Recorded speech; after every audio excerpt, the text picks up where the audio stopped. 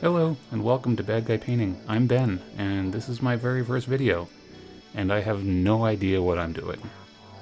Okay, well that's not entirely true. I kinda know what I'm doing, enough to, be able to put this video together, but other than that, I don't really know what I'm doing. I've been 3D printing and painting 1/6 scale character models for a little over a year now, and just wanted to start filming myself and sharing my work with anyone interested in watching. So yeah, let's get into it. This model is of Dr. Doom from Marvel Comics, specifically the Fantastic Four branch of Marvel Comics, and comes from CA3D Studios.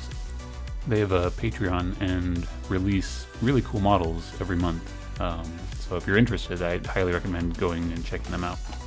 They also released a model of Sue Storm, aka the Invisible Woman, also from the Fantastic Four, which I also painted. Unfortunately, I didn't film it, which is kind of a bummer because that one turned out really well, and I'm quite proud of it. If you're interested, I have photos up on my Instagram, so go check it out. Really quick, I just wanted to note that up until about the 7.5 minute mark, the footage is not so great. I'm fully aware that it's not great. Again, this is my first video and I was just figuring out my setup. So yeah, feel free to skip ahead if you want to. Alright, let's get to painting. I'm starting with the base of the model, and I am basing the base in Vallejo black primer using an airbrush.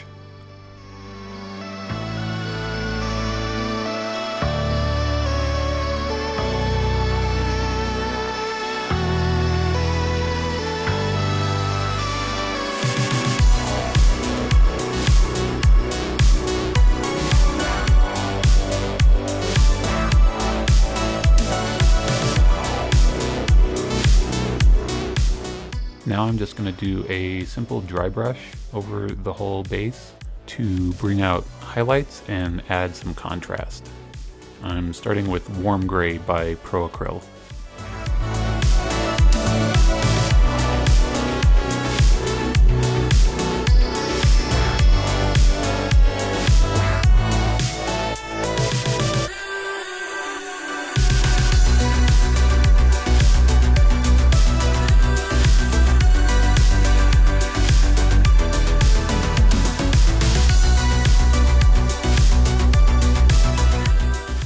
Next I'm using Bright Warm Gray by Pro Acryl, and I'm just roughly going over everything to bring out areas that might be a little brighter.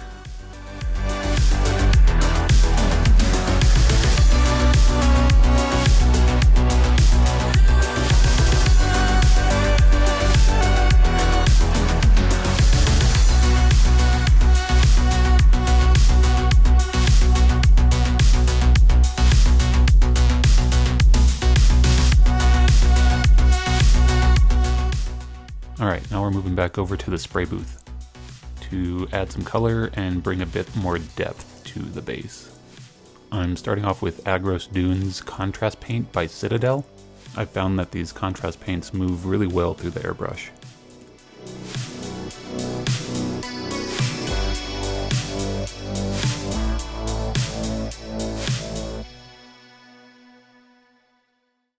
Next I'm using Cygor Brown Contrast to darken some areas.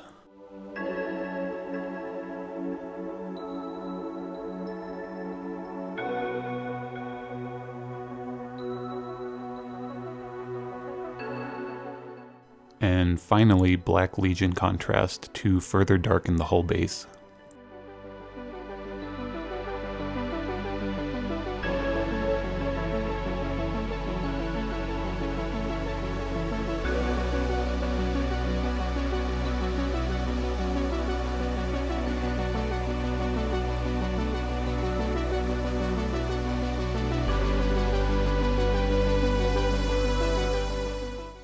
And with that, the base is pretty much done. I'm just going to use some black coal from Pro Acryl, reduced with some flow improver, to paint the perimeter of the base, just to cover up the overspray.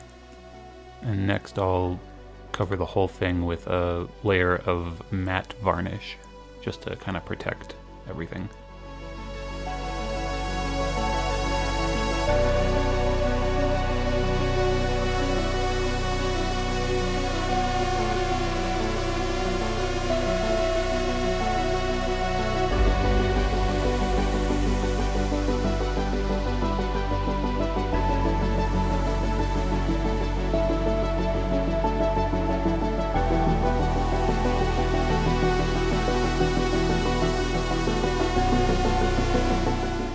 And finally, I'm going to use some adhesive neoprene foam to cover the bottom of the base, just to give it a nicer finish.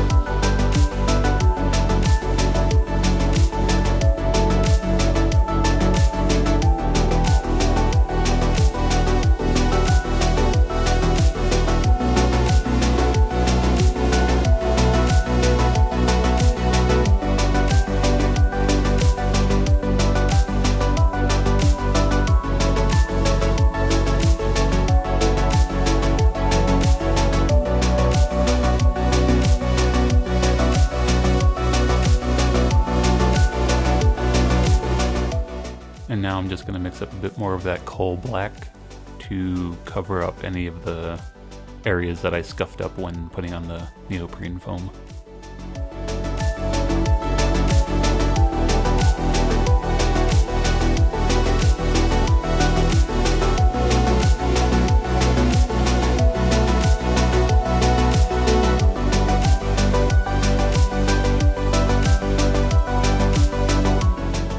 Moving over to the figure now, I had quite a bit of trouble getting the cape to print properly. As you can see, I used some Milliput, which is a 2-part epoxy putty, to repair the areas that didn't print right and fill in the gaps. It's by no means perfect, but for this project I think it worked out alright. Anyways, I based all the parts of the figure in the same Vallejo black primer.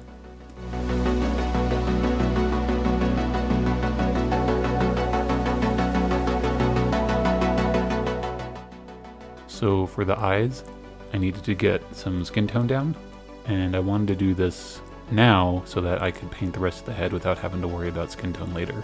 So I started off with Vallejo white primer, and then on top of that used Vallejo Warlord purple, which is just sort of like a magenta purple.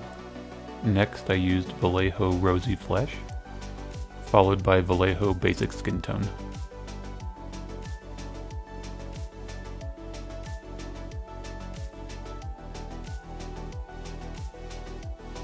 And finally, RIII Flesh Shade by Citadel, just to kind of get some shadows in there. For the paints I used on the eyes, I reduced them down to about 1:1 with reducer, so 1 part paint to 1 part reducer. I use a mix of distilled water and isopropyl alcohol for my reducer. Now I'm going to do a base coat over everything in Camo Green by Acryl. Moving forward, all paints used with the Airbrush, except for the Citadel contrast paints, are reduced about 2:1. So 2 parts paint to 1 part reducer.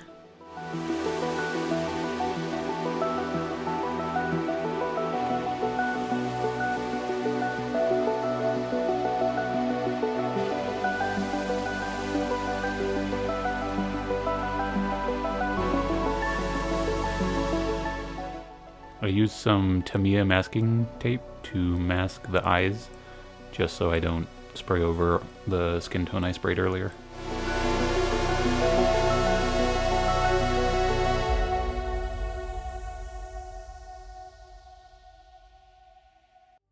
Now I'm using black green from Acryl for some of the darker areas.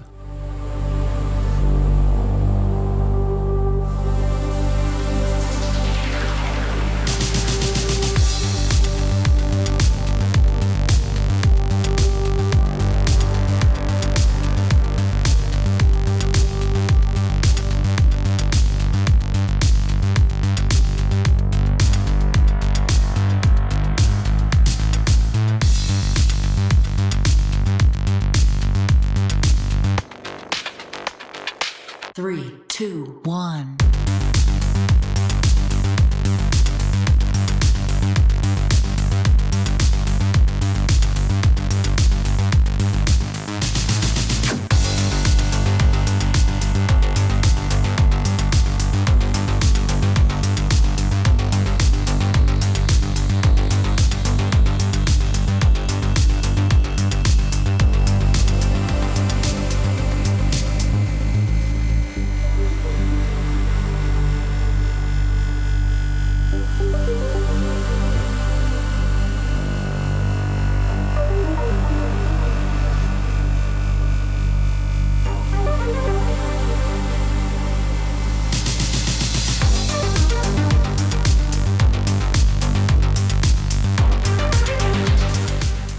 And now I add a couple drops of the black Vallejo primer to the black green, just to get a bit of a darker green and really accentuate those shadows.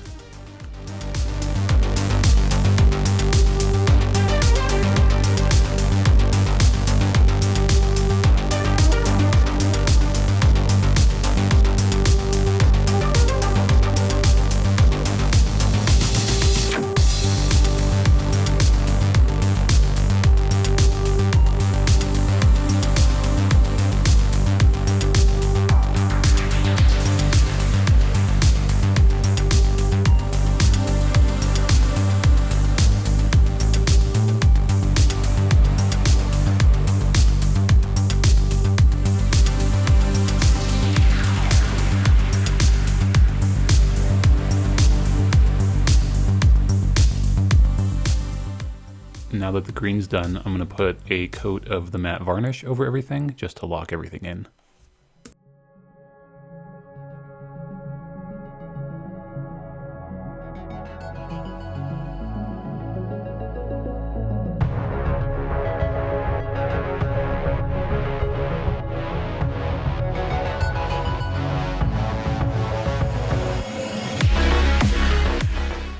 For the legs and arms, I'm going to use Vallejo Metal Color Aluminum. I probably could have used the airbrush on the legs, but the area around the arms would have required masking, so I just used the paintbrush for everything.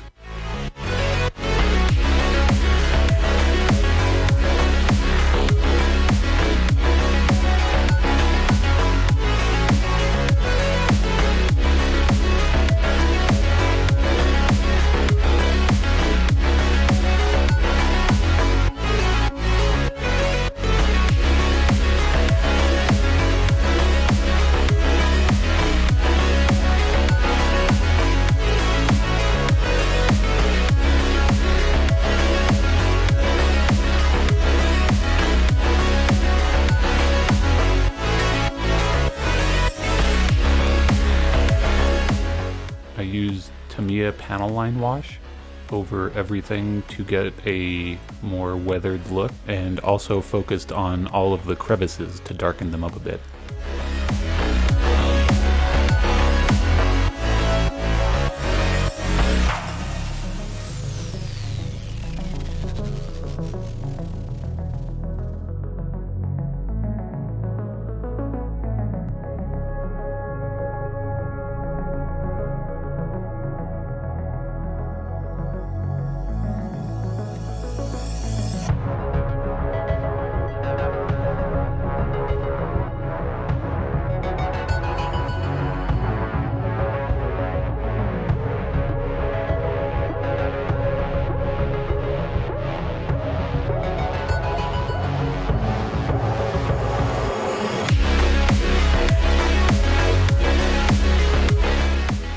And back over at the spray booth, I use Cygor Brown on the arms and legs to pick out a couple areas to give even more of a weathered look.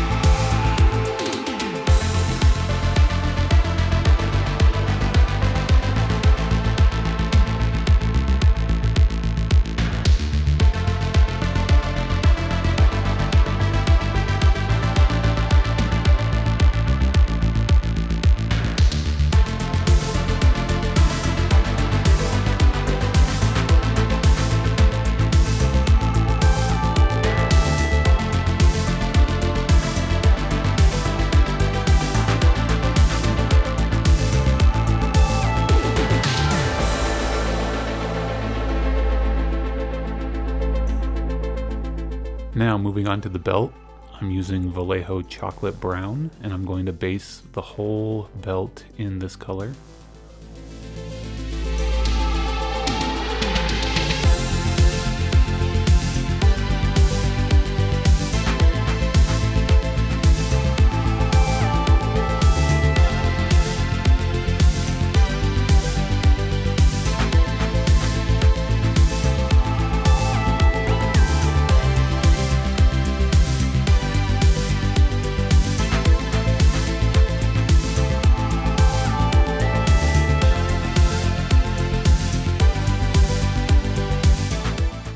And for the little accent pieces on the belt, I'm using Vallejo Mahogany ink. That way the whole thing isn't just one solid brown color. There's some variation, which is a little bit more interesting to look at.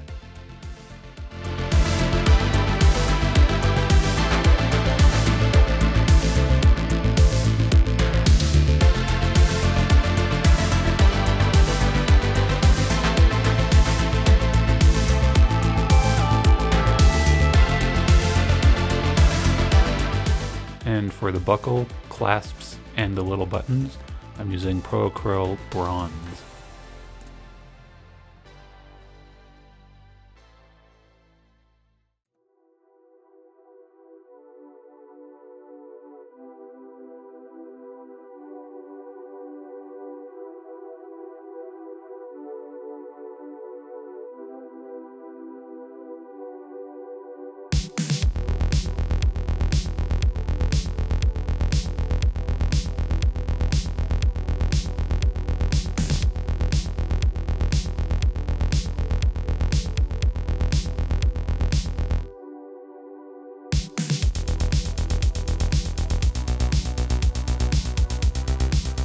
For the medallions and chains on his chest, I'm using that same bronze color.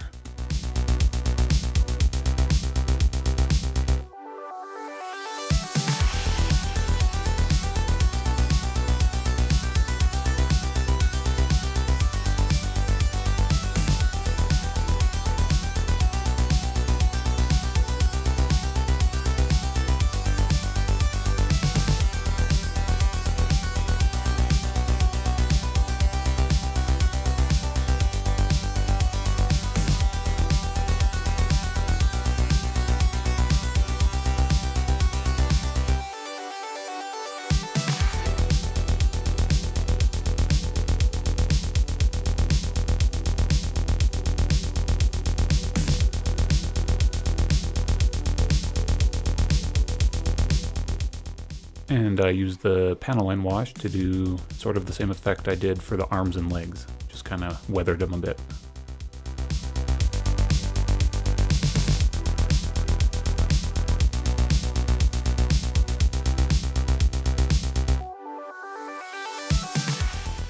I'm using the airbrush with Sagro Brown again to give a bit of shadow and contrast to the belt and chest pieces. You can't really see the effect it's giving here right now, but it will show up nicely in the next step.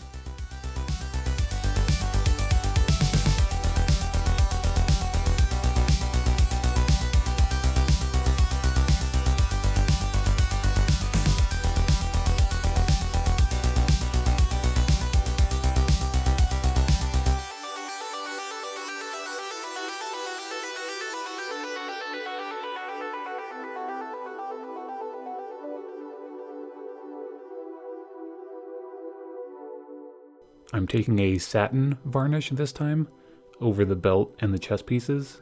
This is where the previous step will really pop.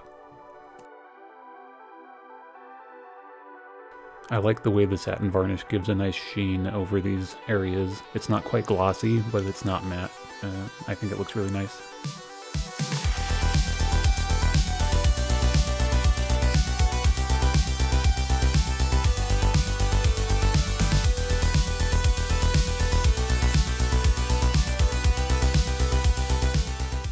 It's finally time to tackle the head, so I'm using the same Vallejo metal color aluminum that I used on the arms and legs previously, and then also using the panel line wash for that withered effect.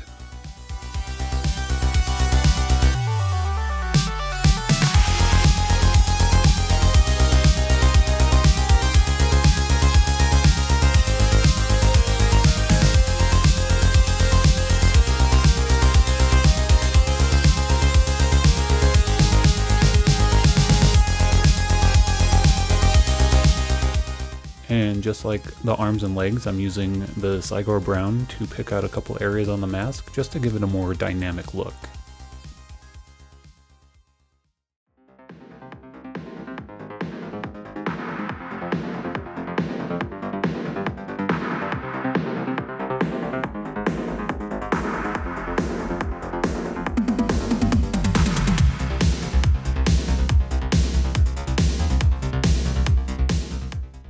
Now I'm taking that same satin varnish and going over the mask. And actually, I think I forgot to mention, I use this satin varnish on the legs and arms as well.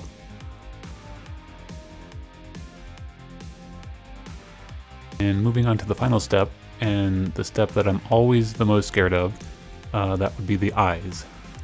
For the whites of the eyes, or the sclera if we're being technical, I used Vallejo highlight skin tone. And I figured out pretty quickly that this particular model, the eyes were not at all easy to paint, and even more so not easy to paint while filming, so I didn't get very good footage of that. So here's footage of the supervisor instead.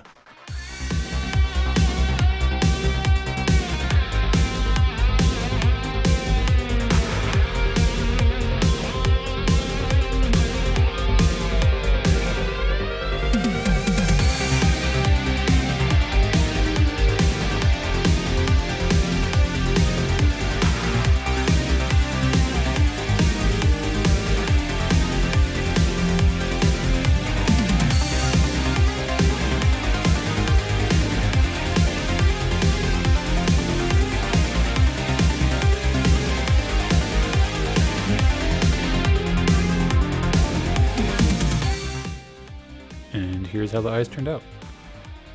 Again, these were quite tricky to paint due to how inset they are in the mask. So they're not great, but thankfully they aren't a huge focal point of the model and are mostly in shadow, so you don't really even see them. But yeah, I think they turned out alright. And with that, I think the model's done.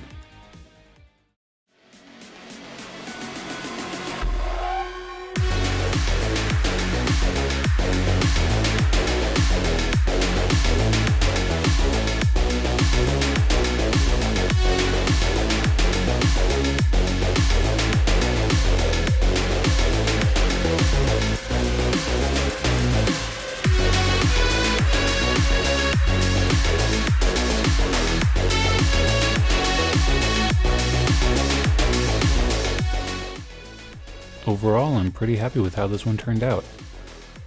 It was a blast to paint, and putting together this video was a fun challenge. I hope you enjoyed watching as much as I enjoyed making it. Again, huge shout out to CA3D Studios, their work is just amazing. This video isn't sponsored in any way, I'm just a huge fan of what they're doing over there.